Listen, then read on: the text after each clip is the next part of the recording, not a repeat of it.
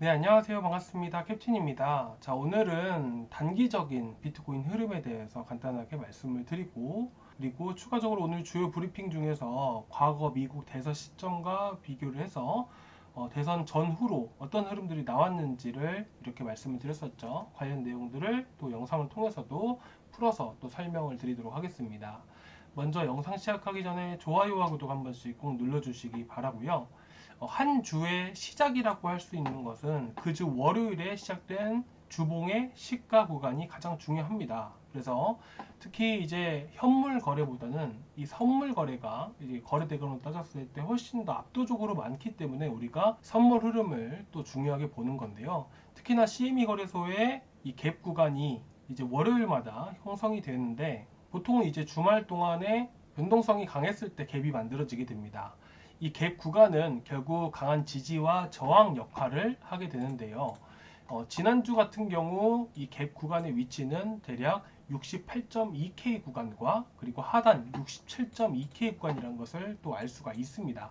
그리고 이 갭 구간들을 기준으로 해서 지지를 해주고 다시 상승하는 흐름들을 볼 수가 있죠. 그래서 한 주가 시작이 될 때 결국 비트코인의 등락에 대한 단기적인 흐름은 이 갭 구간을 기준으로 해서 우리가 예상을 해볼 수가 있습니다. 그래서 이제 월요일 같은 경우에는 특히나 대선이 앞에 있고 이제 금리 결정이라는 주요 큰 이벤트가 있기 때문에 실제로 방향 자체가 오전부터 나오기가 쉽지 않았습니다. 그리고 오늘 밤중에 이런 방향이 나와 줄 건데 일단 비트코인 같은 경우에는 현재 69.5K 구간과 그리고 69K 구간의 갭이 형성이 되어 있고요. 오늘 만일 69K 구간들마저 지지를 해주게 된다면 다시 71K 구간까지는 강한 반등 가능성이 높아지게 됩니다. 그렇게 되면 이 안에서 횡보하는 흐름들이 나와줄 수 있다는 게 1차 시나리오고요. 만약에 금일 이렇게 지지를 해주는 이런 지지 구간마저 이탈을 해버리게 될 경우에는 반대로 이 구간이 저항이라고 말씀드렸습니다.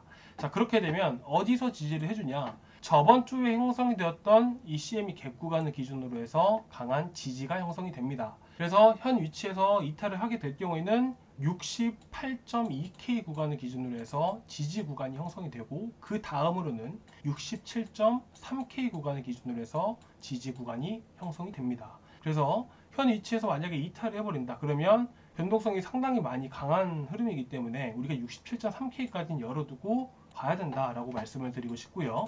긴 상승 추세로 봤을 때 이 노란색 선이 보이실 겁니다.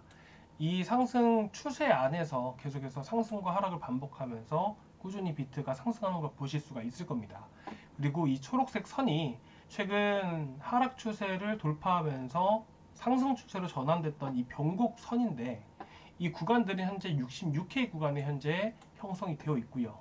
혹여나 변동성이 강해서 추가적인 하락이 발생한다 하더라도 66K 구간들은 확실하게 지켜줄 가능성이 높습니다. 방금도 말씀드렸다시피 불확실성이라는 것은 어떻게 될지 모르는 겁니다. 트럼프가 당선할 수도 있고 트럼프가 당선하지 않을 수도 있습니다. 그렇기 때문에 상승폭과 하락폭 자체가 제한된 흐름들이다. 그래서 현재 제가 봤을 때 가능성이 높은 것은 67K 구간의 바닥을 한번 다시 보러 갔다가 다시 반등 나와주는 흐름들이 나와줄 것이다. 그리고 상승을 하더라도 결국 70K와 71K 구간의 저항이 막혀서 이 박스권 안에서 계속해서 횡보하는 흐름들이 나올 가능성이 높다라고 말씀을 드리고 싶습니다. 그리고 비파 고래도 그렇고 비트맥스 고래들도 그렇고 아직까지 큰 자금들은 움직이지 않고 있습니다. 그래서 지금은 매매를 하실 때 정말 보수적으로 접근할 필요가 있다. 애초에 조금 불안하다 싶으시면 대선 이후에야 조금 보시면서 방향이 나왔을 때 매매를 하시는 게 가장 좋다고 생각을 합니다. 자, 그리고 이어서 여태껏 이제 대선 시점과 비교 분석을 해서 말씀을 드리는 건데요. 보시는 것 같이 미국 대선 시기가 바로 이 파란색 구간입니다.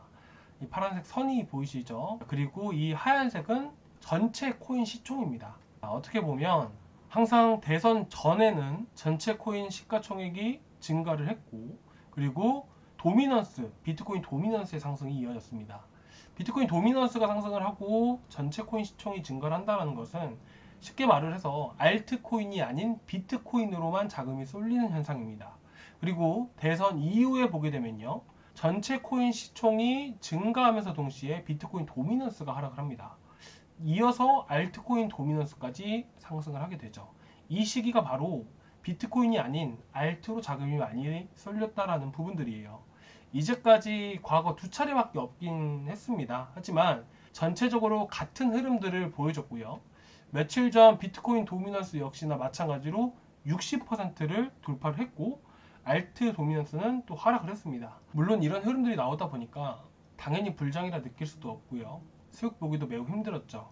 하지만 과거 두 번 사이클 역시나 반복돼서 이와 같은 똑같은 흐름들을 보여줬던 만큼 정상적인 흐름이었다고 저는 생각합니다. 앞서 과거 사이클과 같이 비슷한 흐름들을 보여주게 된다면 현재가 바로 매집하기 좋은 시점이고 오히려 좀 더 안정된 시점, 미국 대선 이후에 우리가 노려보는 게 좋지 않을까라는 생각을 하게 됩니다. 그리고 한 가지 더 말씀드릴 게 있다면 첫 번째 미국 대선 시점이 바로 17년도였습니다.